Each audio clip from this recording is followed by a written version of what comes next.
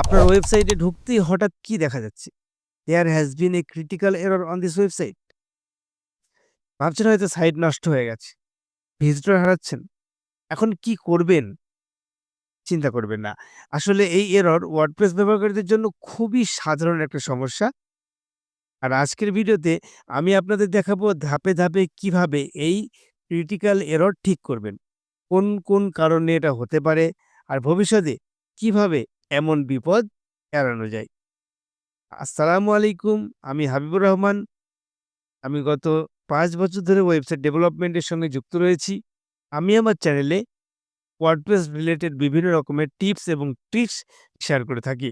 আপনি যদি আমার এই চ্যানেলে নতুন হয়ে থাকেন, সাবস্ক্রাইব করে রাখুন এবং নোটিফিকেশন বেলটা অন করে দিন।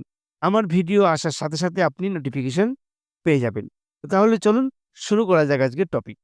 তো এবার আসি আসল কথায়। ওয়ার্ডপ্রেসে there has been a critical error on this website. এই এররটা কেন হয়? সাধারণত এটা ৩ টি কারণে হতে পারে। প্রথমত প্লাগইন কনফ্লিক্ট হলে, দ্বিতীয়ত থিমের সমস্যা হলে এবং তৃতীয়ত PHP ভার্সন, মেমোরি লিমিট অথবা .ht অ্যাক্সেস ফাইল নষ্ট হয়ে গেলে। আমরা ধাপে, ধাপে দেখব এবং এই প্রবলেমকে ফিক্স করার চেষ্টা করব। দেখুন এই প্রবলেমটা ২ রকমভাবে হতে পারে। প্রথমত যদি এমনও হতে পারে যে আপনার ওয়ার্ডপ্রেসের ড্যাশবোর্ড ওপেন হচ্ছে না। ড্যাশবোর্ড ওপেন করলেও আপনার কাছে এরকম দেখাতে পারে। আবার এমনও হতে পারে যে আপনার ওয়ার্ডপ্রেসের ড্যাশবোর্ড শো করছে কিন্তু যখন আপনি আপনার ওয়েবসাইটে যাচ্ছেন অর্থাৎ আপনার ডোমেইন ওপেন করছেন তখন এই প্রবলেমটা হচ্ছে। এরকম হতে পারে। তো যেহেতু আমার প্রবলেমটা হয়েছে কি যে আমার ড্যাশবোর্ড ওপেন হচ্ছে না। তো তার জন্য আমরা ১ম এই চলে আসবো আমাদের সি প্যানেলে অর্থাৎ আমাদের কন্ট্রোল প্যানেলে আমরা চলে আসবো।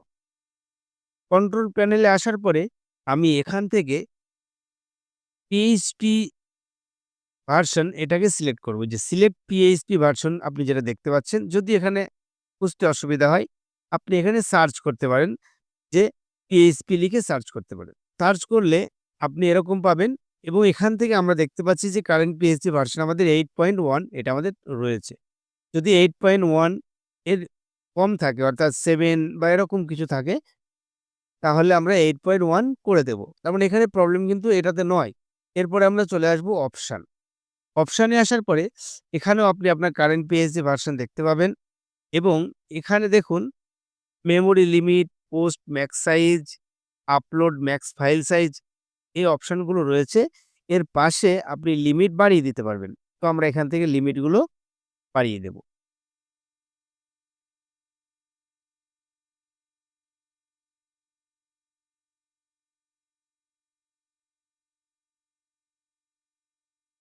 আচ্ছা, বাড়িয়ে দেওয়ার পর এবার আমরা দেখব আমাদের ওয়েবসাইটে এবার কাজ করছে কিনা।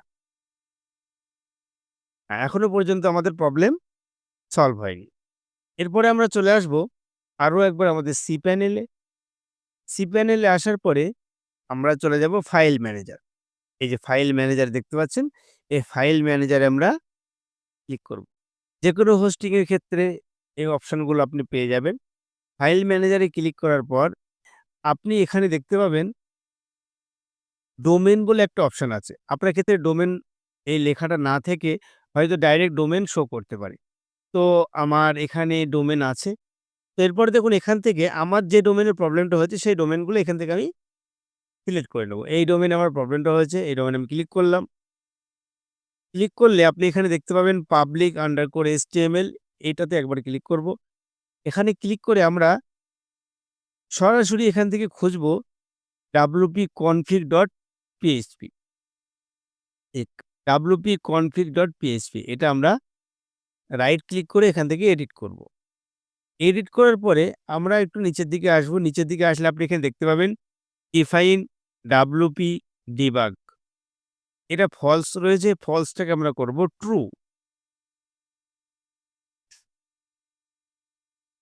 ট্রু, ট্রু করার পর এবার আপনি এটাকে কি করবেন? সেভ করে দেবেন। সেভ করার পর আমরা চলে আসবো আমাদের ওয়ার্ডপ্রেসের এখানে এবং আমরা এটাকে রিফ্রেশ এবার দেখুন এখানে দেখাচ্ছে যে যে আমাদের প্রবলেমটা কোথায় হয়েছে। আমাদের প্রবলেমটা হচ্ছে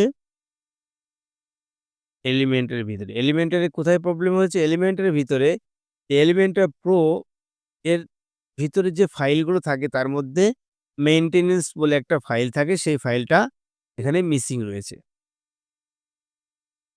তারপরেও যদি আপনার এখানে বুঝতে অসুবিধা হয়, আপনি চলে আসবেন আপনার cPanel-এ। cPanel-এ এসে এখান থেকে আপনার যে ডোমেন আছে সেটা সিলেক্ট করে পাবলিক আন্ডারস্কোর HTML এখানে যাবেন। এখানে যাওয়ার পরে কনটেন্ট, ডব্লিউপি কনটেন্ট এখানে আসবেন।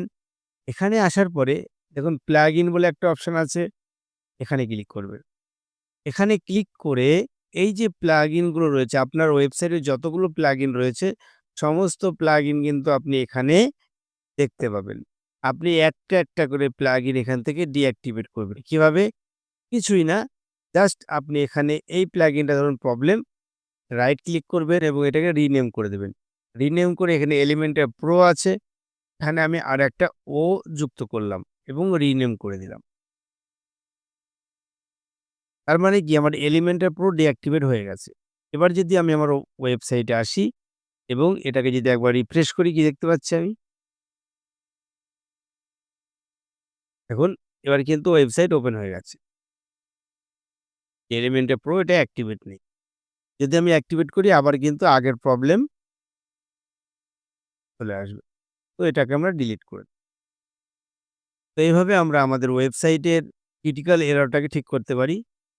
আচ্ছা, এবার দেখুন এখানে যে এই যে লেখাটা দেখা যাচ্ছে আমাদের এখানে, এই যে নোটিশটা আমরা দেখতে পাচ্ছি, এই নোটিশটা আসছে কিন্তু আমরা যেহেতু আমাদের wp-config.php যে ফাইলটা আছে, সেই ফাইল যেহেতু আমরা ট্রু করে রেখেছি, সেই কারণে আমাদের এটা আসছে। এটাকে আমাদের রিমুভ করার জন্য আবারও চলে আসবো cPanel-এ। cPanel-এ আসার পর এখান থেকে wp-config.php এটাতে আসবো এবং এটাকে করবো এডিট।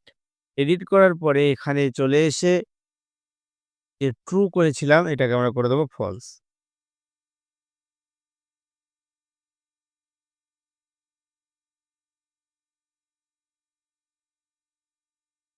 হয়ে গেছে। তো এভাবে আমরা আমাদের ওয়েবসাইটে এই সমস্ত প্রবলেমগুলো ফিক্সড করতে পারি। তো এই ছিল আজকের ভিডিও। আশা করি ভিডিওটি আপনাদের ভালো লেগেছে। যদি এই ভিডিও দেখে আপনি কিছুটা হলেও শিখতে পারেন, অবশ্যই একটা লাইক করবেন এবং কমেন্টে জানাবেন আপনার মূল্যবান মতামত এবং ভিডিওটি শেয়ার করে দেবেন, যাতে অন্য কেউ দেখেও উপকৃত হতে পারে। দেখা হচ্ছে পরবর্তী ভিডিওতে, সে পর্যন্ত সকলে ভালো থাকুন, সুস্থ থাকুন এই শুভকামনায় আজকের মতো এখানে বিদায় নিচ্ছি। আসসালামু আলাইকুম।